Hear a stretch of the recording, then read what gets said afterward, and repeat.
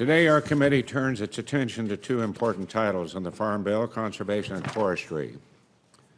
Across the country and throughout my state of Kansas, I have heard repeatedly from farmers and ranchers about the importance of these programs, how they successfully incentivize farmers to take conservation to the next level, and the need for continued federal investment in these critical programs.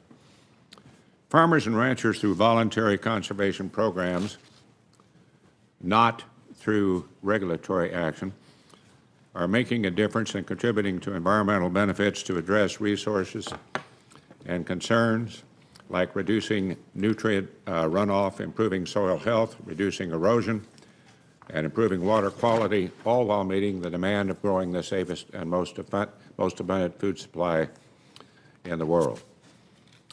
Reflecting on the 2014 Farm Bill, that law made a number of changes to both the conservation and forestry titles. Within the conservation title, 23 separate programs were consolidated, streamlined into 13, with the sole purpose of improving program efficiencies and program delivery. The conservation title also contributed to deficit reduction through voluntary cuts to conservation programs totaling $6 billion over 10 years. The forestry title eliminated unused and unfunded authorities, and it provided some helpful tools for land managers on private, state, and federal land and part of the National Forest System.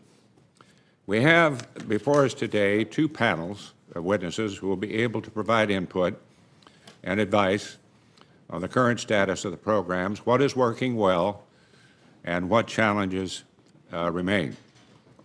We have invited the Department of Agriculture to hear firsthand from folks who administer and deliver the conservation and forestry programs our committee authorizes in the Farm Bill. We also have a panel of stakeholders comprised almost entirely of producers and landowners who utilize and participate in these conservation and forestry programs.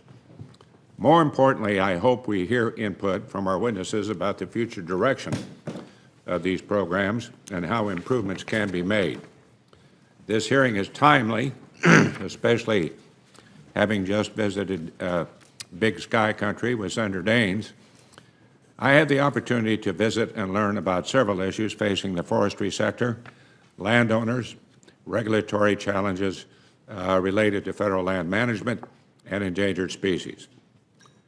Now, while Kansas may not be the most forested state, I understand the challenges facing the forestry sector, which are not vastly different from the challenges facing agriculture. As our committee works to craft the next Farm Bill, we find ourselves in a very tough budgetary environment. I know many within the conservation community will be looking to increase funding for programs that experienced cuts in the 2014 Farm Bill.